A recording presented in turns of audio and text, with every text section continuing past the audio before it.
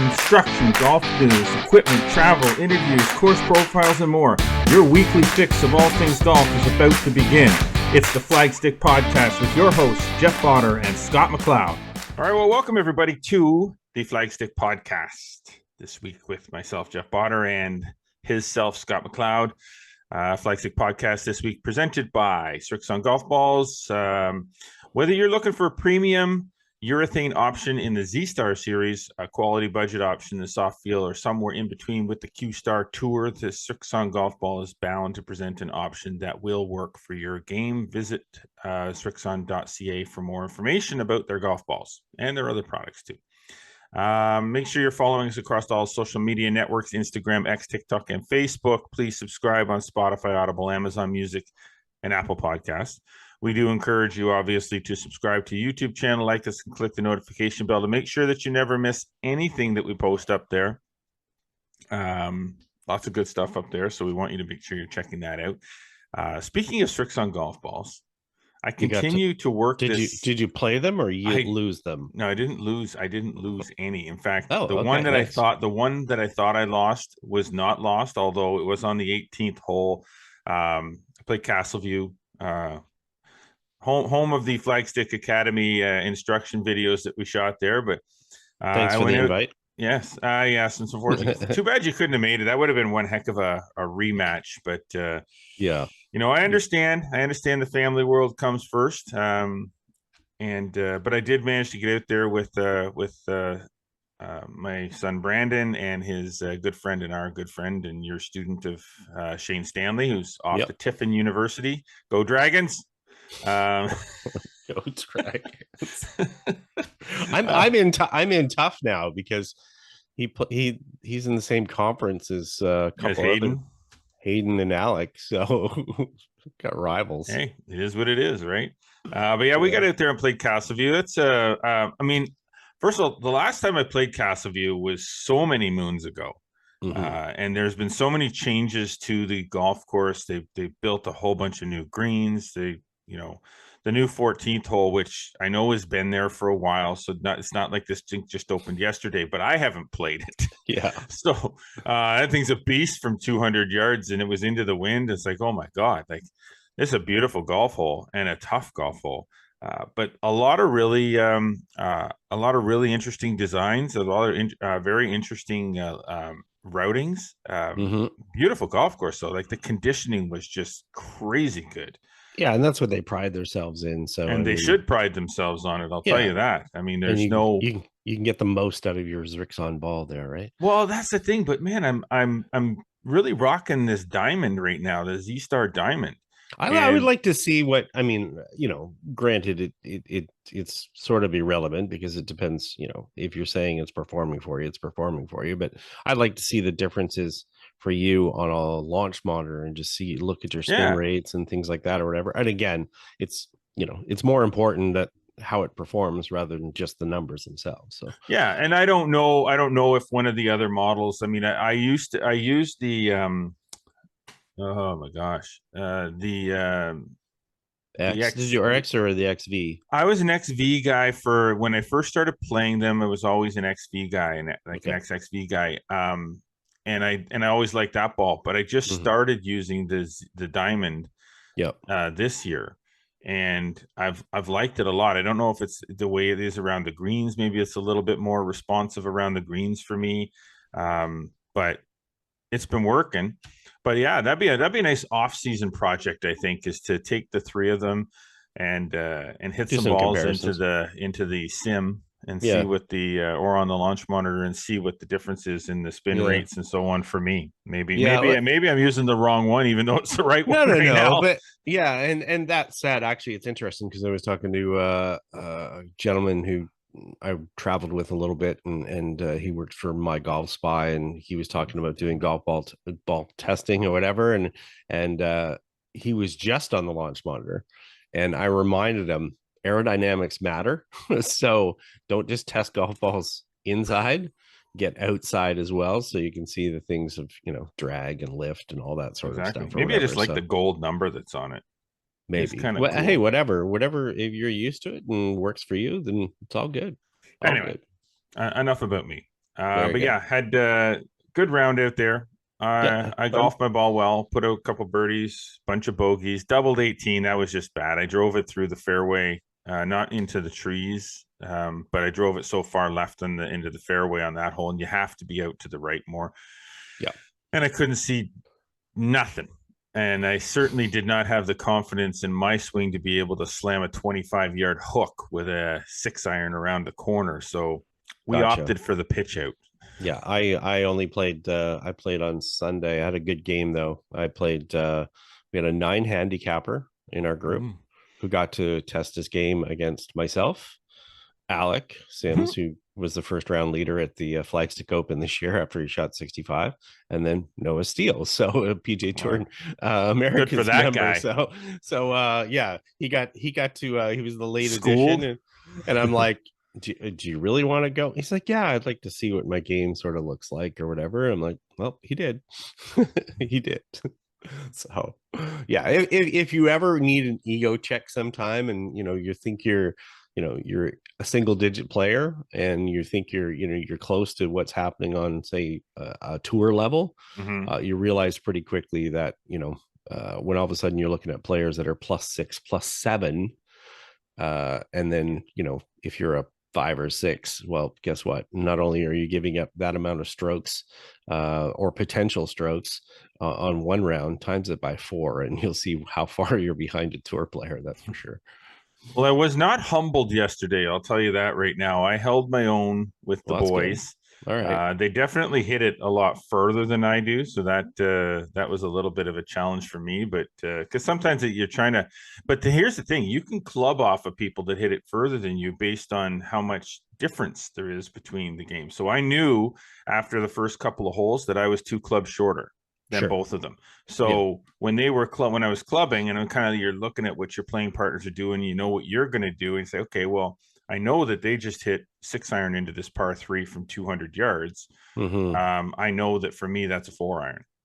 Yeah. The So only I the was only able to kind of, the only problem is that you get up on them and you have the honors on every tee box, and you're shorter than them, so you get to hit first, so you don't get to club but off that's them too much. fine. That's Yeah. fine because it only takes a couple holes for me to figure out what the difference is.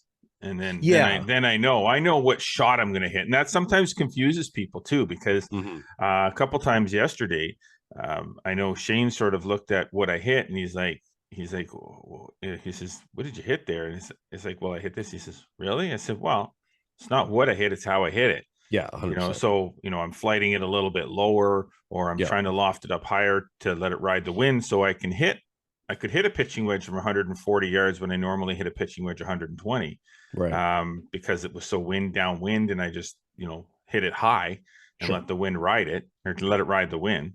But anyway, we're not going to talk about my golf game the whole show, because that would be boring as heck. No, we're going to get to a whole Yeah, lot of other stuff. yeah, we do have a lot of stuff going on. A little bit of news and stuff to get caught up on, so we'll deal with that in the front 9, and then we have Yep. a huge mid-season mailbag.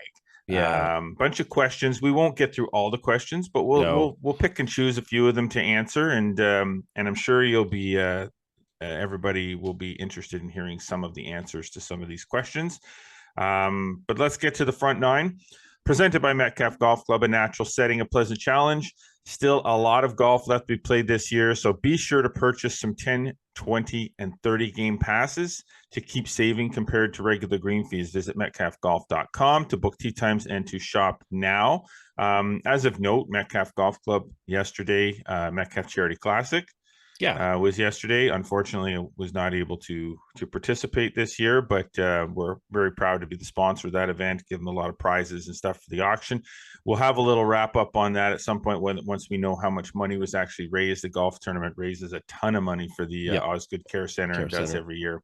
Amazing event, which is why we're involved, and it's in our community and across the street, so that's why we're doing that. There you go. So anyway, there you go. So front 9, I guess off the top, Scott, one of the big pieces of news that has come out recently is that the Canadian Men's Amateur Championship, the big national for Canada, is Yep. returning to the Gatineau area, coming back to Royal Ottawa and Rivermead, which will be the host courses next year, July 25th to the 31st. Now, it will be a record 10th time that Royal Ottawa has hosted, going all the way back to 1895. Yeah, it's crazy. So, if people obviously been listening to the show, we were speculating and discussing it, a few weeks back, had some confirmation from some internal member emails. But yeah, it was officially announced yesterday by Golf Canada. Obviously, they just had the conclusion of this year's Canadian Men's Amateur out in Saskatoon, so they don't want to take away spotlight on that. So they waited till afterwards to make that announcement. But everybody's excited there that I've spoken with, and there's been some quotes provided by their general manager Greg Richardson and general manager at Royal Ottawa and Mathieu Perron at Rivermead. But everyone I've talked to is kind of excited to have it there. As you mentioned, it's got a historic tie to the Royal Ottawa. This is where this tournament began. This is where this championship began. It wasn't at that site. It was at the original Sandy Hill site many, many years ago, even It's before crazy, it was. Yeah, even before it was the Royal Ottawa Golf Club. It was the Ottawa Golf Club back then. But yeah, it's been since 2016 that it was there, and obviously both clubs have had major renovations since that time. Big time. The Royal Ottawa has put in a significant investment into their practice facility, and I don't think every single person that's going to attend this tournament is, it might be one of the best practice facilities that they've ever seen. You might not get them off the practice facility. You might not, actually. Yeah, when you think about that now, they are definitely, they might be, if they look in advance and they hear about it, they might be in a day early or two just to come in and get some extra exactly. practice. Yeah, and Rivermead has quite an amazing little short game area that they made some modifications to the range a bunch of years back, but they made major modifications to that short game area. So they did. That'll be nice. You'll see the players over at Royal Ottawa hitting balls on the range, using the TrackMan range to get all locked in. And when they're going to practice a short game, they're going to be heading down the street, across the street, and down the road to Rivermead to work on the short games. It'll be back and forth, back and forth, back and forth. Want to note something. Yes, we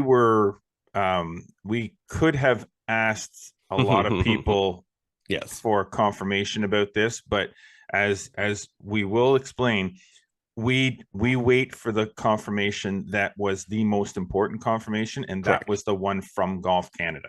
So we weren't going to lead with something to scoop a story by trying to reach out to somebody inside the walls of a club that said it's confirmed, until we had the confirmation directly from Golf Canada, which is the only confirmation for us. It's the only confirmation that truly matters. Well, I mean, obviously it matters from the clubs as well, but we also don't want to compromise anybody within those clubs that are, anybody that's providing information or so forth. That's what it amounts to. We're being polite. Yes, it's not just about us breaking a story. That's really what it comes down to. And despite the fact that we've known for quite some time that this possibility was going to exist, and then there's more confirmations. We want to kind of follow the right track in getting this story out here. And so that's why we sort of had musings and speculations, slight confirmations, but it's now official. There you go. Okay. OVGF women's 4-ball was held at Manderley on the Green Monday. You'll find all full results of that tournament at flagstick.com. The PGA of Ottawa Pro Lady on the that was Monday as well. On the flagstick.com Ottawa Players Tour, Team Carleton getting the job done. It was hosted at Loch March once again, which is where it is normally hosted, and it is always Loch March is always an amazing host for this particular event.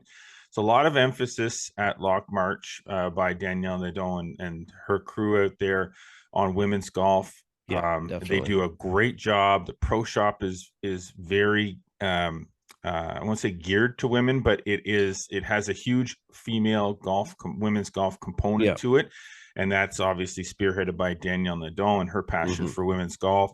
So They do a great job. This is a perfect event for them to host. They do a great job hosting it. And Swing Control is their sponsor, which is a ladies wear company. A good friend of ours, Vanessa Price, actually does all the PR for them. Vanessa. And it's great to have their support there. Yeah, Monday was a busy day because the other one that I didn't mention in here as well is that the Play Junior Golf Tour had their event at Prescott as well. Right. So just like all these other ones, all the results are up at flagstick.com if you want to go look at them there. And we'll get to more on that as far as the Play Junior Golf Tour, because obviously Tour Championship is coming up next week. And the race to the flagstick.com cup. I love it. I love it. I'll be down there. Yeah, I'll be down there. I'm sure you'll pop around. I will. Yeah. Looking forward and my to son that. And Brandon's playing, which is cool. And it'd be nice to hand out that cup. So it will be very nice to hand out the cup. Okay, Stephen Ames grabs his third win on the Champions Tour this year. Dude's on fire, man. He is. He's having a heck of a year. I think there's maybe only one event that he's finished outside of the top 15 all year. It has been a remarkable year for him at the age of 60. He was the Bowen Classic, which he defended, and then Champions Tour this week is in Calgary, where he lived for a while as well. So I wouldn't be surprised to see him in the mix again. But congratulations to Stephen. I mean, Stephen's really great as far as social media. We post stuff about it. He's always very grateful, which is nice to see. You don't always see that from players, that they respond, retweet, reshare, repost, but good on Stephen. He's having a heck of a season.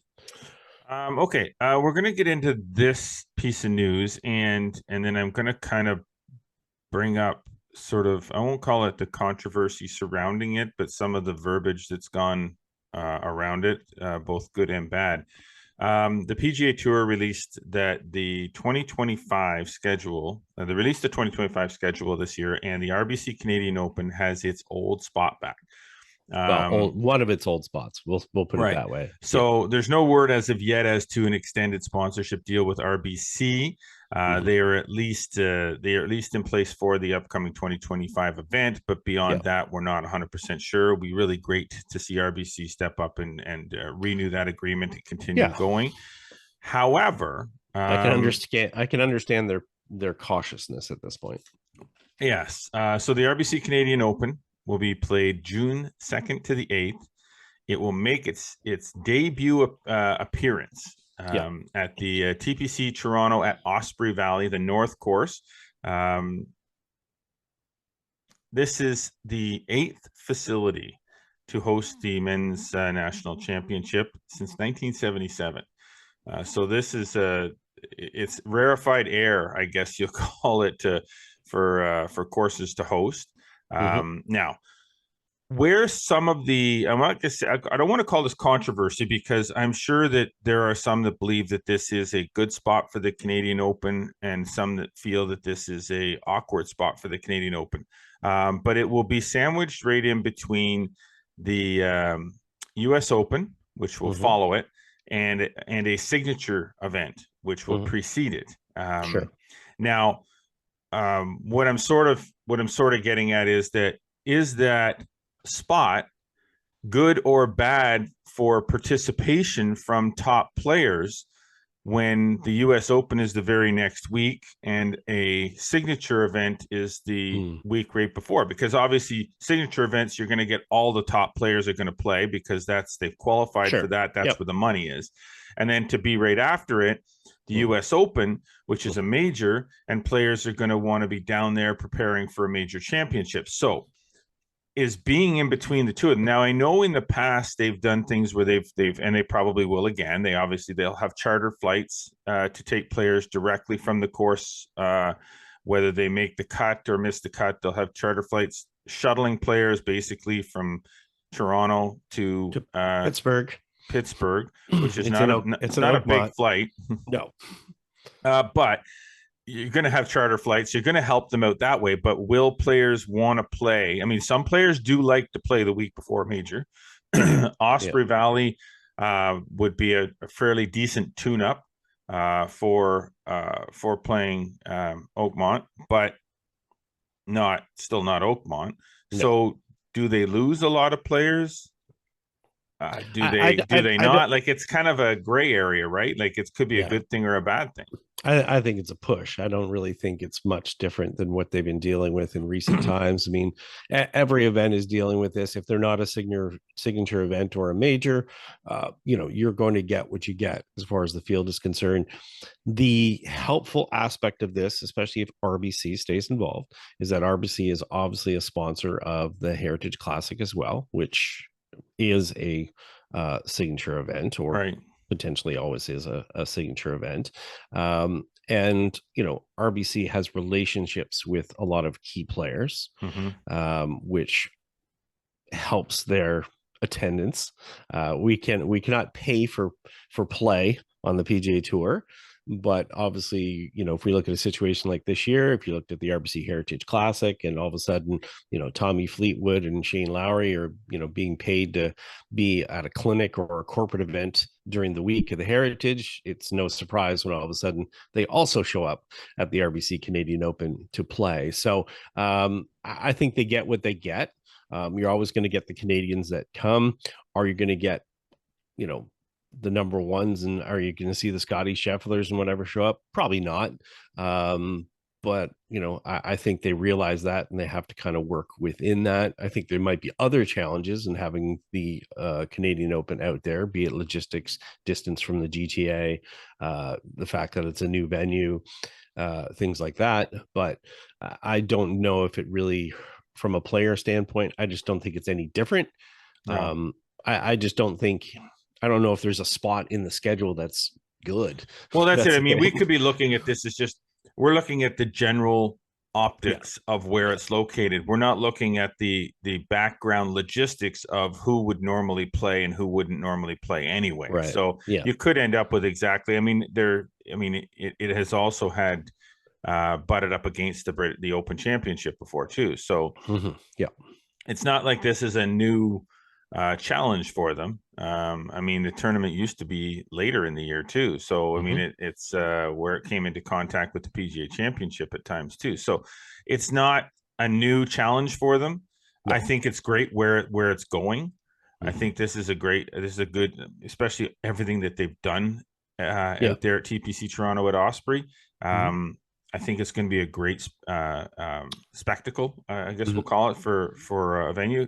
It'll be to be determined how the course uh, presents itself as the challenge the course presents itself for these players versus where it was this year.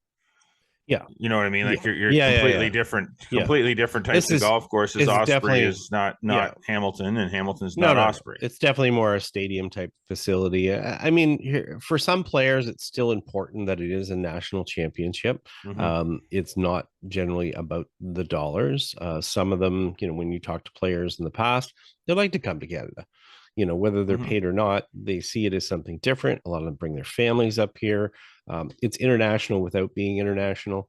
Um, you know, is it going to cause a swarm of extra players to come up here? No. Is the date going to hurt a lot? No, not. No, but I don't think you're ever going to be in a position where, one, you can never be a signature event. You're an open championship, so Mm-hmm. you have qualifying and so forth.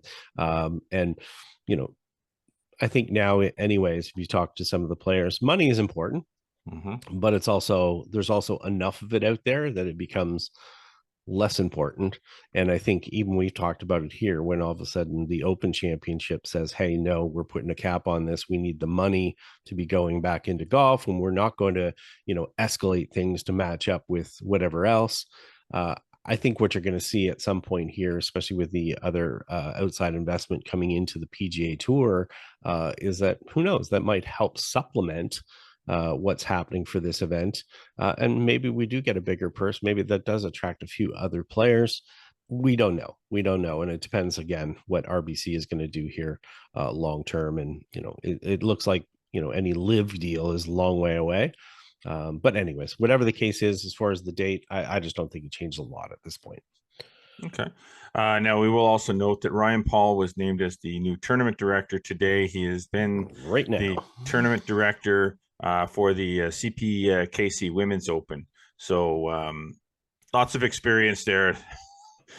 No worries with the naming of Ryan Paul as the new tournament director. I think that's a No, good move his on their dad part. was the tournament director for the long time for the Canadian Open. He's grown up around this, grew up in the system at Golf Canada. Was the tournament director of the CPKC Women's Open, and he'd be great in that role for sure. So okay, speaking of and following up on national championships, obviously. The Canadian men's mid-amateur is coming up at Carlton Golf and Yacht Club starting August 20th, which would be next Tuesday, I believe. yeah. So that'll be cool. If we get a chance to go over and watch some of those players, there's always some really good golfers in the mid-amateur ranks. So that should be good. One other thing I wanted to get to really quickly before, because we got a few minutes here. Sure. The Wyndham. There was a little bit of a situation. Yeah. And I've gotten a bunch of texts and messages and stuff, lambasting Matt Kuchar for his behavior. I'm kind of at a loss on this one because I haven't really fully grasped and understand what it is why he did that. I know that once you tee off on the next hole, I think you have sort of the right to finish the hole or something like that. Yeah, well, he teed off on 18. I mean, there's multiple facets to it. I mean, we can talk about it all day. But, I don't want to talk about it. We don't want to. I mean, really, in the end, I think the initial reaction from people was not an informed reaction. They didn't look at all the different issues or things that are happening. You can't just assume kind of what his thinking was. Part of the thinking is, I'm dropping lower in the FedEx points. I need to do as much as I can here to retain, so I don't retain my status for the year. So I don't have to make use of my extra exemptions going into next year. He'd have to start to use a lifetime exemption if he drops out of the 125. And in the end, he made a par and he actually moved up 10 spots, but only to, kind of 103. So this is a guy who's not in, it's not just about the money. This is about retaining the job, all sorts of different other things. On the other side of it, he was definitely, and I didn't watch a lot of it, but he was definitely ticked with the pace of play, with Aaron Rye, a whole bunch of other things, the way the tour maybe handled it as far as them going out to play. So I think maybe he was making a little bit of we'll call it a Mickelson type statement on a couple of things, as far as the tour being a little bit ridiculous with some things. They were supposed to have a half-hour break between rounds. They only got a 10-minute break between rounds. There was a whole lot of things that were happening. So I think anybody that's reacting to it is usually reacting because they've just looked at social media and saw the reaction from a bunch of people just calling, Kuchar an idiot and whatever the case may be. Again, I'm not making a judgment one way or the other. He obviously had some reasons for it. He explained some of his reasons on the Monday afterwards. And I'm just going to leave it at that. I don't really have much of an opinion. Hey, it's his decision. So okay. All right. We're going to get out for a break. We want to also remind you to move yourself over to the Flagstick Academy on YouTube or at flagstick.com. You can click on the tips there. All those academy tips sponsored by Castleview Golf and Country Club. Back again this week on our digital platforms. There've been, again, tremendous reaction to what we're doing up there. It was a new project for us this year. We're really excited about how the whole thing has gone so far. So thank you to all the viewers and subscribers. Keep subscribing, keep watching. This week, there's a tip on how to develop a better pivot to increase your power. Who doesn't want to do that? And who knows what's going to happen? Knows what's going to happen next week? I think we're staying with the long game a little bit next week, and then pretty soon we're switching over to the short game. We might have a question about that in the mailbag. Well, there you go. All right. Well, let's shut my mouth and get to the to the break so we can get to the back nine. So okay, we're gonna take a break. When we come back, we're gonna dive into that mailbag. Mm-hmm. Mailbag. The mailbag. No, you promised you. I lied like a rug. Okay, we're out. Stay there with us. You're listening to the Flagstick Podcast with Jeff Botter and Scott McLeod. Play a golf ball with a winning formula. Play speed with the supercharged Fast Layer DG Core. Play Spin with groove-grabbing Spin Skin Plus. Play Z-Star, now with 3 Tour Performance models. Whether you're competing for the win or simply want the most from your game, find your winning formula with the all-new Z-Star series, only from Srixon. All right, well, welcome back, everybody, to the Flagstick podcast, presented by Srixon Golf Balls. I'm Jeff Botter, he's Scott McLeod, and we are going to do a little mailbag. A little mailbag segment here on the back nine, which is presented by our good friends at Falcon Ridge Golf Club. With 27 holes of fun and challenging golf at great rates, Falcon Ridge Golf Club is a golfing experience you can't avoid. And the experience just got even better by building the first TrackMan Range facility in Eastern Ontario. TrackMan Range is all about exciting, easy-to-use features that provide the ultimate range experience for every golfer at every level. That's practice, games, and virtual golf all in one spot. To book tee times or to book one of the 10 TrackMan Range bays, visit falconridgegolf.ca. Okay, mailbag.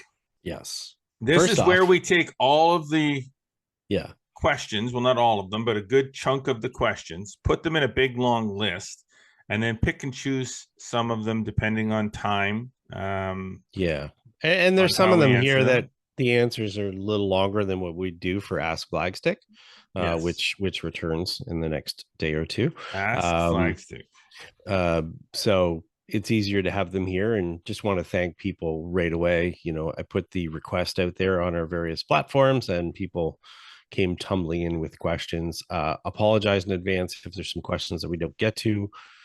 And there's also some way you get approached on, and we'll see that as we get in here, that maybe we don't quite have all the information yet that we can provide that answer or opinion on. But we'll try to do our best with what we've been given. All right. Well, let's get to it. All right. It won't be in order, but we'll pick and choose. We'll let you. Well, I'll pick a couple. You pick a couple. We'll see. Yeah. Okay. I'm going to go with the first one on the list to start with. Sure. Who has the golf swings you like to watch most on the PGA Tour and LPGA Tour? Well, I'm going to say, for the most part, I do watch a little bit of LPGA Tour, not as much as some, so I don't really see a lot of swings on the LPGA Tour that intrigue me. I'll put it that way. I see a lot of swings, but none that stand out particularly that, oh my God, I could watch that person swing all day.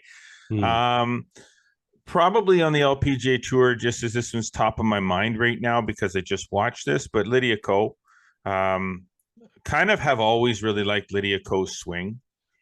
Sorry, Brooke Henderson fans, love Brooke to death, but Brooke's swing is unique, and it's not me. It's not a me swing. It's a powerful swing. But Lydia Ko, just a really textbook kind of looking, clean, smooth. Doesn't have a whole lot of moving parts there. It just doesn't look like she'll ever miss hit a shot, though obviously they do. But that would be my LPGA pick right now. And again, I just watched the last tournament, so I mean, top of mind. It's kind of in my brain. On the PGA Tour, I have a little different direction here. Number one would be Scottie Scheffler. Okay. One of the reasons I like Scottie Scheffler's swing so much is because, and I'm going to say this is going to sound kind of weird, because it's not like my swing, but when Scottie Scheffler is swinging the club from my vantage point, my eyeball, when Scottie Scheffler is swinging the club well, the club actually it's more of a cut, and it's his swing. He takes the club to the outside a little bit and then kind of follows down that path. Like, it reminds me a lot of the way I swing when I swing well. And I don't mean that I don't swing like Scottie Scheffler. There's no foot slide. Wait, are you the number 2 player in the world? Yeah, exactly. It's that I've always said, anybody that's ever played golf with me that has played golf knows that I've said a million times, when I'm hitting the ball well, I'm taking the club back a little bit outside, and I'm following the path back down that line. I generally hit a cut. And if I'm hitting a cut If I'm drawing the ball and You're I'm in playing trouble. well, I'm not hitting it well. Yeah. I'm not Yeah. hitting it. That's not my swing. My swing is not a right to left ball. I'm hitting it off the toe, or I'm pulling it or something. Like, it may look good, but it ain't what.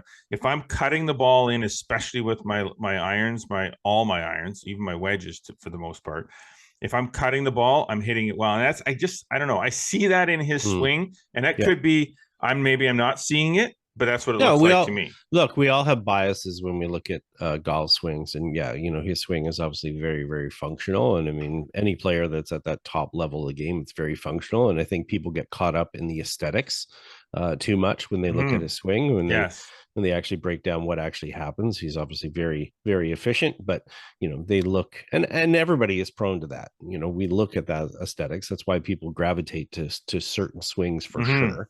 But again, comes down to preferences. What do we like to watch? It's just an opinion. I mean, it doesn't mean it's the best swing out there. Nope. It's just what we like to see. So you want me to weigh in there? Yeah, for sure. So Lydia Ko, love that one. I can tell you it's one that I reference back to a lot of times when showing people certain things in a kind of a move. On the LPG side of it, Lynn Grant and Andy Van Dam are both ones that I like as well. Very efficient, very powerful. If you ever a chance to watch those players play, we'll call it like Lydia Ko, but amplified with a little bit more power, a little bit more strength, a little bit more energy to it. Lots of ways you can play the game for sure. PGA Tour one, definitely interesting because a lot of people look at, aesthetics a lot. So it was very easy to say, oh, Adam Scott or Robert Rock or whatever, because they're very neutral golf swings. And that's why people's eyeballs tend to go to them, because they have some symmetry to them. They go and they see that. I still love watching Rory swing. Again, his ball pattern that he has, it's not neutral for sure. He's a guy who shapes the golf ball a lot. I like the power within it. I would tell most people that, very few people are capable of doing what he's doing with the way his body does it, just because physically we can't do it. But those are the ones that, I kind of like to watch a little bit. I don't mind Sanjay Im, believe it or not, as well as somebody who I like to watch from an efficiency standpoint. Again, there's lots of different reasons why we look at these particular things. And LPGA side, Nelly Korda's got a pretty good swing as well. Not bad to watch. So I'm very much, I don't want to, I'm not going to stay on this topic too much. I'm very much kind of the sort of old school, maybe it's my age, the old school golf swing mentality of when I'm looking at golf swings. I like the efficiency and the like. I always liked Larry Mize. Always liked those smooth swingers.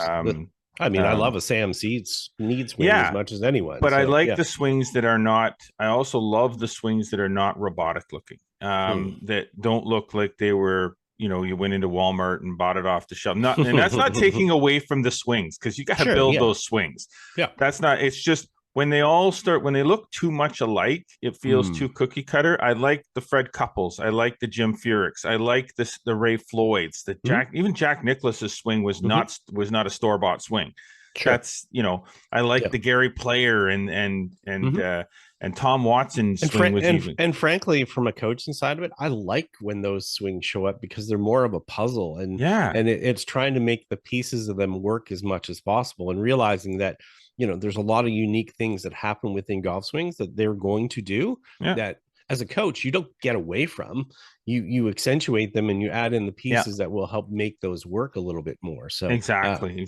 Okay, let's move on. Right. Number 2. Well, this is an interesting one. This one I am struggling with a little bit. What do you think are some of the toughest par 3 holes in the Ottawa Valley? Okay, so Ottawa Valley, we'll define it. I think this person was actually, more the whole our Flagstick area or whatever. I'm going to mention That's 2. a big area. It is. It's a lot of golf course. So I'm just going to mention 2. And I mean, people are going to say, oh no, this one's tougher. This one's tougher. Sure. There's lots of them that are tough. We just don't play them all the time or whatever. But a couple that jump out to me right away. 15th down at Cataraqui, which Brandon is about to play on Monday for the Play Junior Golf Tour event. Uphill, long par 3, always plays into the wind. It's a real test because you have to figure out how to play it. Lots of different ways that you can play it so that you can sort of average 3.5, we'll call it that. Yeah. And sometimes it's what you have to do to as far as avoiding a big number. The Don't other miss one, right. yeah, yeah, exactly. The other one would be the 11th at Royal Ottawa, and that's it's not a long hole. It's downhill in that par 3, but it's such a challenging green. It's very, very difficult, and any tournament I've ever been there, and obviously, we're going to see the Canadian Men's Amateur back there next year.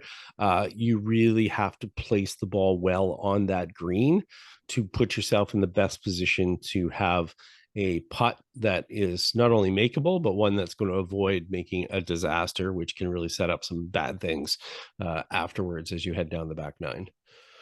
Yeah, I would agree with those ones for sure. I honestly, I'm not really going to give one on this. I would say after yesterday, the 14th at Castleview, 200 yards downhill, and the green does not look very big from where I was standing. But I don't really have one to weigh in on this. There are so many of them, and I've played. We've played so many played pretty much every single golf course at some point or another in what you call people have to realize region. too. I mean, it's not about being 240 yards long or anything. There's other ones that are shorter that can be tougher to make a score on, for sure. Definitely. And obviously depends on the circumstances, when you're playing it. So there's some tough holes. I mean, there's like even the shortest one, I would say, even at Smugglers, number 16. That hole is very short, and I've seen some. Like in the Flagstick shoot, some big numbers on that hole. So, I think par 3s are very subjective. They're because you want to say the longest ones are the toughest ones, but they're not always that's the case. I've played some 220-yard par 3s that aren't really that hard. And I've played some 100-yard par 3s that will give me nightmares. 17th at Renfrew can be. I was thinking of that one as well. That one can be a bit intimidating too, you having to hit it over that large gorge, and that's not a massive green either. No, and especially when you get the timing within, like that might be a different hole if it's your second or third hole versus being on the 17th, where you're trying to get a score in the house. So circumstances dictate part of it as well. Yeah, for sure. So. All right. Very subjective. Sorry if that doesn't really answer your question, but that one's a tough one. Quick one on this one. I've been watching your YouTube golf tips. Any chance there'll be any on putting? We kind of answered, I need your help. We kind of answered that a little bit. If I were to take a quick look at the list, we're 10 in so far. Yeah, I would say we've got a couple more weeks before we dive into the short game. So you got a couple more weeks of, I think we're finishing up with a couple of driver tips on this sort of first part of it, first segment, phase 1, and then we're going to get into the short game. So you don't have to wait long. No, just make sure you subscribe. Make sure you got your notifications on. Yeah, subscribe to the newsletter. Yeah. As soon as the tip is released, it's posted on the newsletter too. Okay. Exactly. 2. What is your favorite team format to play in golf? Match play. Any kind of match play. Are you referring to format meaning alternate shot, scramble, best ball? I think that's what they meant. For me, it's not alternate shot. I was gonna say. For me, playing with Jeff, it's not alternate shot. Come on. We were 1 under. That year we won the member guest at Greyhawk and went on to the BMW provincial championship or whatever. National championship at Rocky Crest. We were 1 under best ball. Nobody could touch that. 1 under. You don't shoot 1 under best nobody ball. Nobody gets more nervous than me playing alternate shot with Jeff when he has to chip. Chipping is a bit of an issue for me at times. No, well, I'll say, I mean, I've been good lately. I hit a wicked flop shot yesterday. You would have been so proud. I took it over the bunker and landed it like a butterfly with sore feet, just like Hubert Green told me to do. Anybody that does have no idea who Hubert Green is. No, exactly. I would say alternate shot would be my least favorite for sure. And scramble is definitely the most favorite team. Yeah, that extends to the to playing in the pro and stuff like that. So you're a scramble? I'm a scramble guy. I love scramble. It's a no pressure golf right there. Yeah, I like scrambles as well. And I mean, I love them, especially in the fall scrambles. And there's definitely a lot of The less I strategy. have to play my own ball, the better. So scramble really does fit my. Yeah, now I'll say if I'm playing like a kind of a match like I say, and playing on Sunday, we played a better ball match. Yes. So we basically that's helpful, especially for the the higher handicap player or whatever. But if you want to get players involved but without a lot of consequences, then certainly the scramble gets in there. I think the scramble gets kind of overdone because just a lot of the charity events and stuff are done as scrambles. So sometimes you like a little bit of variety, but I mean, it's still, with good players trying to go as low as possible. Yeah, it's fun. Yeah. When do I know if I'm ready to play golf tournaments? Well, I mean, Just do it. my answer, just play. Like, I don't think there is really a ready or not ready. I mean, if you just if you're thinking about it, you're ready. Yeah.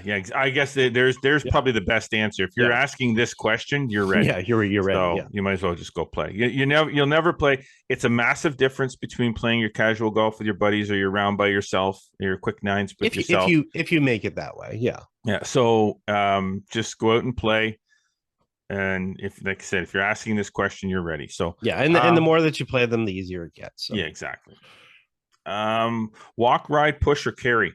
This seems to be a common one. We get this one every time we do the mailbag. I don't. Yeah. Anyways. Well, okay? So walk, ride, push, or carry. Well, so I like to walk. Right. So okay. If you like to walk, so I'm a walk. I prefer to walk and definitely not carry. So I'm definitely a push cart. I just got a brand new one. Walk and push. Got a brand new push cart. It's beautiful. Did you? I love it. Oh yeah, you did get it. You got it right down at walked at Castleview yesterday. Burned 2,400 calories. Love it. It was hot out there yesterday. I'm a walk-in push guy as well. Yeah. This body can't carry a golf bag 18 holes anymore. It does not, and that's just stupid too. As far as I'm concerned, it's stupid to even carry your golf bag. I love to carry when you have like a little small bag and you're on vacation and stuff like that. But a full bag with everything that's going to be in it, it just doesn't, for me, it just doesn't do well for my left shoulder, which I have issues with. And we have rickshaw, the big wheel golf carts at our my home golf course that I play, and I love rolling those things. It's great. So cool. Okay, so that's hands-free for coffee, right? That's right. And I got my cart has a little thing for my phone when I have the GPS and like the Golf Canada scoring app. I got to figure out. Apparently, you're supposed to be able to these Golf Canada scoring app. You're supposed to be able to track fairways and yeah. I have no idea. I have the app. I have no freaking clue how to do that. None. I have looked at every friggin' manual for this thing. I've looked at every menu item, and I cannot figure it out. We have some friends at Golf Canada. I know, make some phone calls. I haven't been able to figure it out. All I've been able to figure is how to do is put in a hole by hole score. And you know what? I should be. I haven't been using it, but I should. Know. Even though we're I tried to friend you, and sorry, you never post anything. So that's probably like an old account, but as a PGA member, we actually we do it now. We actually have access to it and whatever, so we can keep track of it, which I think is great. So there you go. Okay. Headed to Scotland next year on a limited budget. Who isn't on a limited budget? Blow it all on a round at the old course or play a bunch of other courses. Well, I can tell you right now myself. I was in Scotland. We were in Scotland, played a bunch of courses, walked the old course, quite happy with that.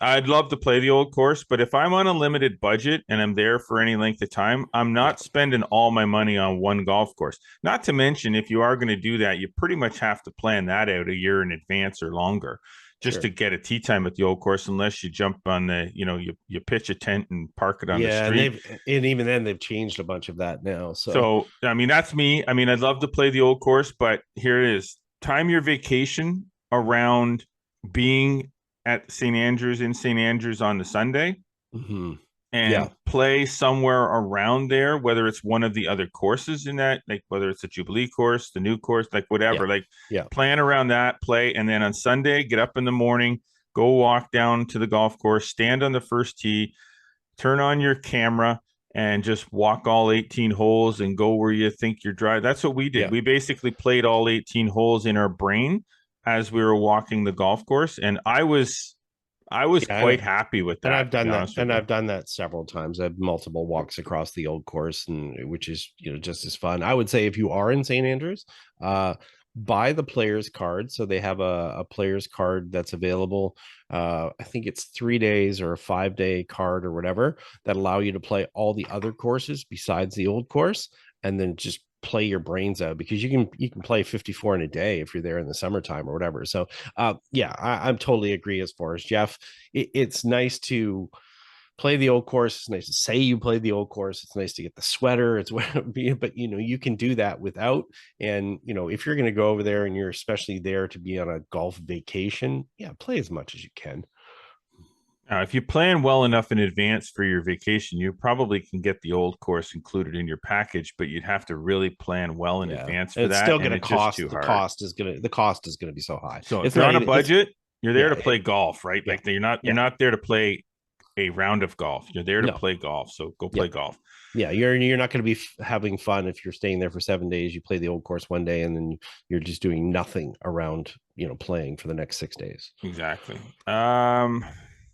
Okay, well, I want to make big changes in my golf swing. Is it better to do it during the summer or winter? I'm not even going to bother answering this question. I'll let Scott answer it because I don't think it really matters a whole lot. I think if I'm Yeah. making big changes, I'd rather do it in the season, believe it or not, so that I can actually see flight. But the Yeah, simulators nowadays are so freaking yeah, good that you can yeah, probably make changes to your golf swing in the winter, and yeah. it'll be just as good.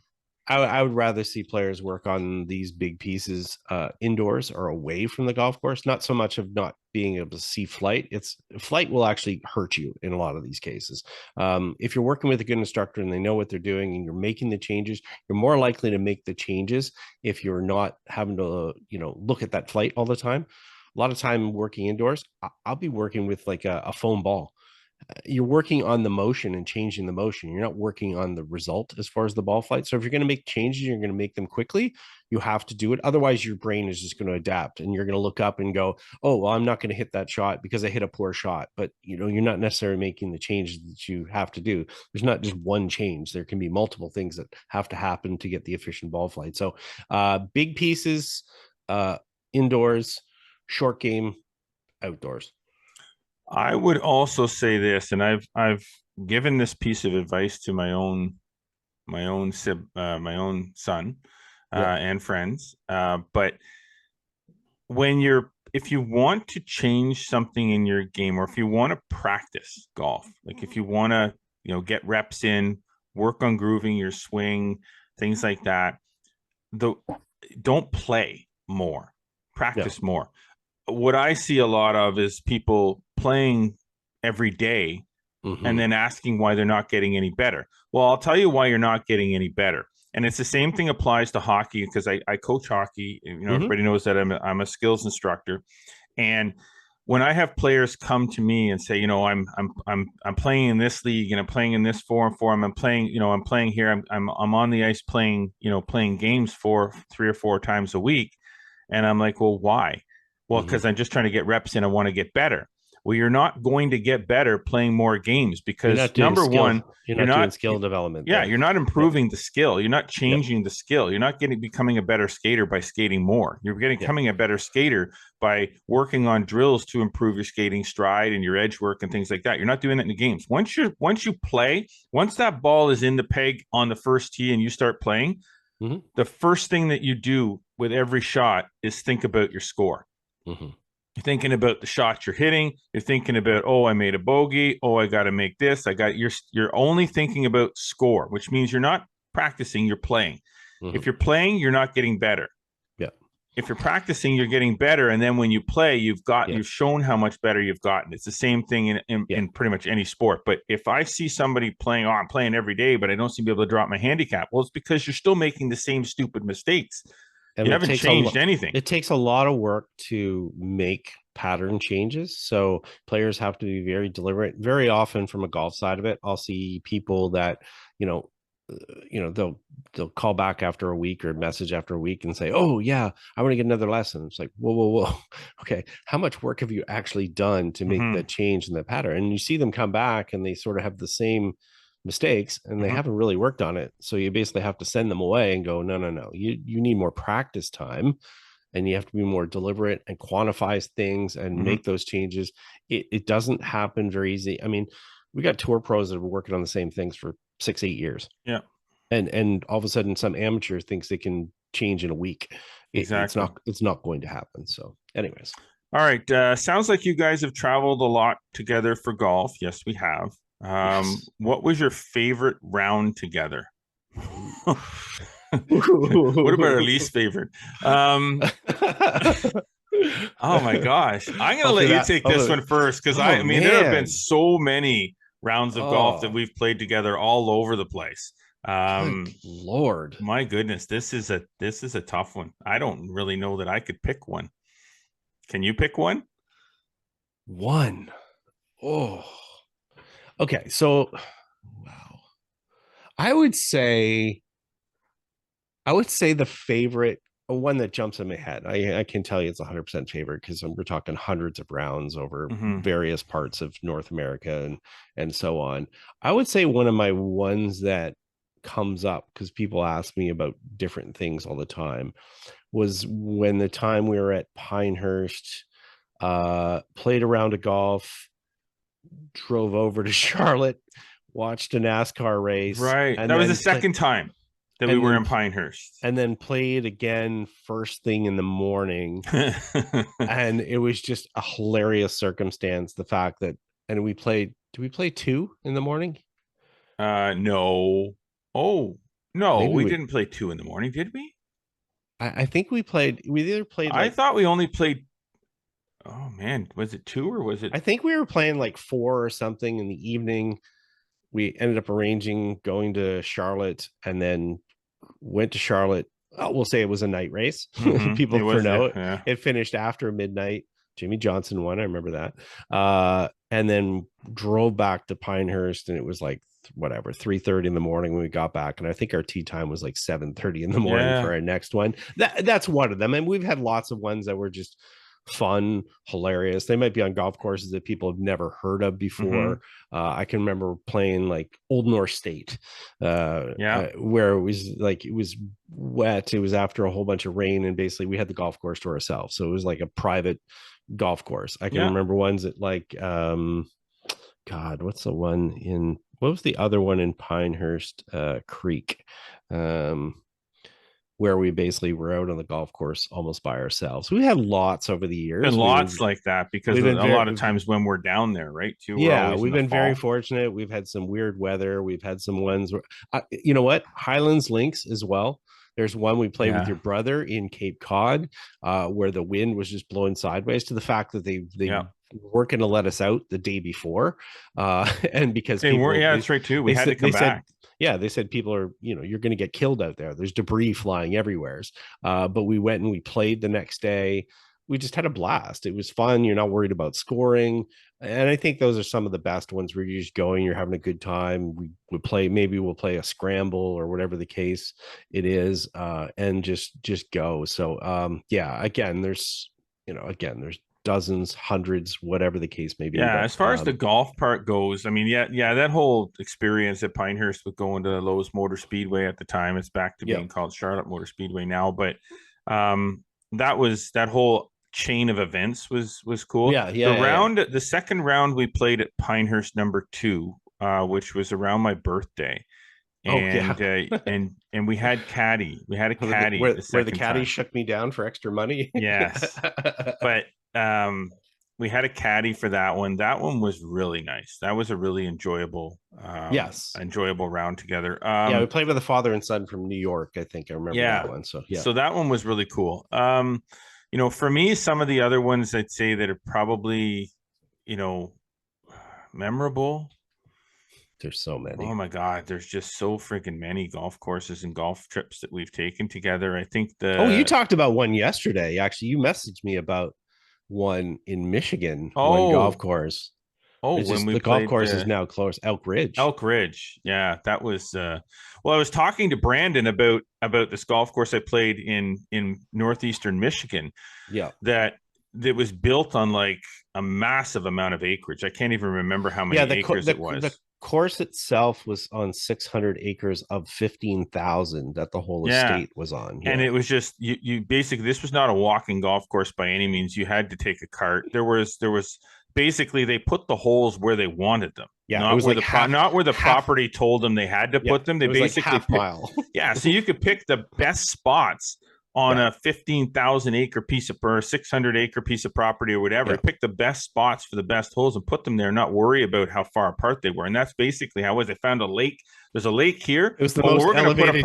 It was the most elevated tee shots we'd ever seen, because they could drive up and just find another hill to hit off of. Exactly. So it was one of these like, you've only got 200 acres. You got to put them here, here, and route them through. This was like, well, I remember when we played, was it Lonnie Pool?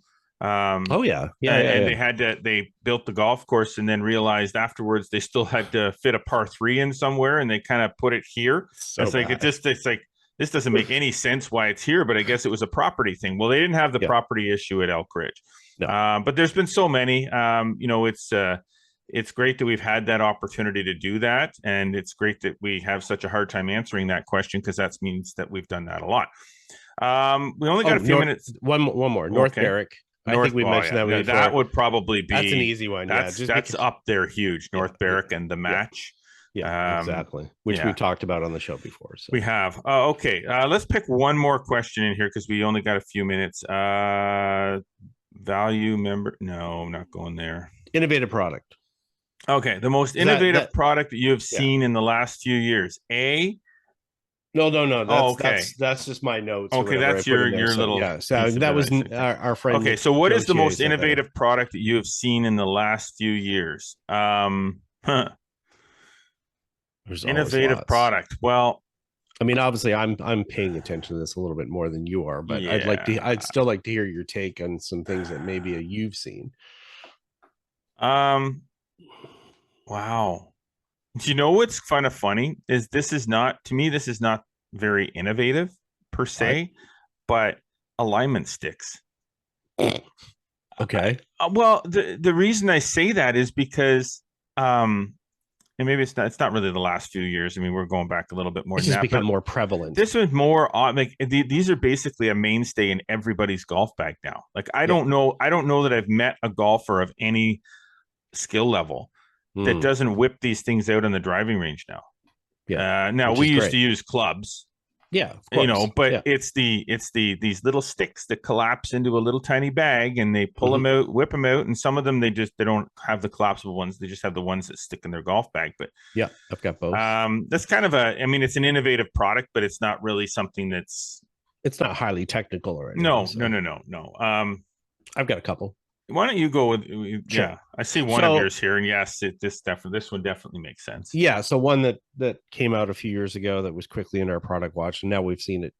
I won't say copied, but we see other manufacturers and things making it. Bushnell came out with a speaker that had built-in GPS. So basically, you can put it up on your golf cart, whatever the case may be, and then it's doing your GPS basic yardages or whatever. You can kind of push it and come up. Now, as I said, a lot of other companies have come up with this, because not everybody wants to do a rangefinder or whatever, but the combination of speaker in that. Two that I use a lot from a teaching standpoint. One is Hack Motion, which is actually basically a 3D measurement device for wrist angles. It actually came out of a company from Latvia. They're actually on version 3 already. Very important as far as controlling the club face. They have player versions of it, but mostly really good for coaches in diagnosing that. And then probably the most important one in the last little while, I've used markered 3D, so to look at golf swings for a long while, but now markerless 3D has evolved a lot. Now there's super high-end markerless 3D for medical purposes or whatever. Sportbox AI, which is actually a subscription type service. It's an app. It's not cheap, but it's very useful. I can take videos of a student at 120 frames a second face on, and it'll actually convert it with markers into a 3D avatar and with measurements, and we can do measurements right there on the range and look at different aspects of a person's golf swing, see differences in their golf swing, see changes. And it's innovations like that are buoyed by having more computing power that really help make a difference and just more efficient. There you go. All right, well, we'll end it there. There are a few other questions on the list here. We're just not going to be able to get to them all. But we will try to answer some of them periodically, and the ones that we can't, we'll maybe throw quicker answers on Ask Flagstick if we can, but some of these are a little more in depth than that. Awesome. Great show. Good mailbag. Good chatter. Gotta like it. Yeah. Tough questions. Questions. Making us think. Yeah, making us think way too much. Well, that's it for us for this week. I want to thank all of our sponsors this week. Obviously, Metcalf Golf Club, Falcon Ridge Golf Club, and of course, our presenting sponsor this week, Strixon Golf Balls. Whether you're looking for premium urethane option, the Z-Star series, quality budget option, the soft feel, or somewhere in between with the Q-Star Tour, Strixon Golf is bound to present an option that will work for your game. For more information, visit strixon.ca, and you can see why I like Z-Star Diamond. Hopefully you are enjoying and what you're hearing and watching. Be sure to follow us across all social media platforms, Instagram, X, and Facebook. Subscribe on Spotify, Audible, Amazon, and Apple Music or Apple Podcasts. Do not forget to subscribe to our YouTube channel. Like us, click the notification bell. Make sure that you never miss anything we post up there. Get over to flagstick.com for more amazing golf content published every single day. And to subscribe to Flagstick Digest newsletter, where you'll get all this great information dropped in your inbox 3 times a week. How convenient is that? And it's free. But as always, we do appreciate you tuning in. But until next week, I'm Jeff Potter. I'm Scott McLeod. Remember, always go for the sticks.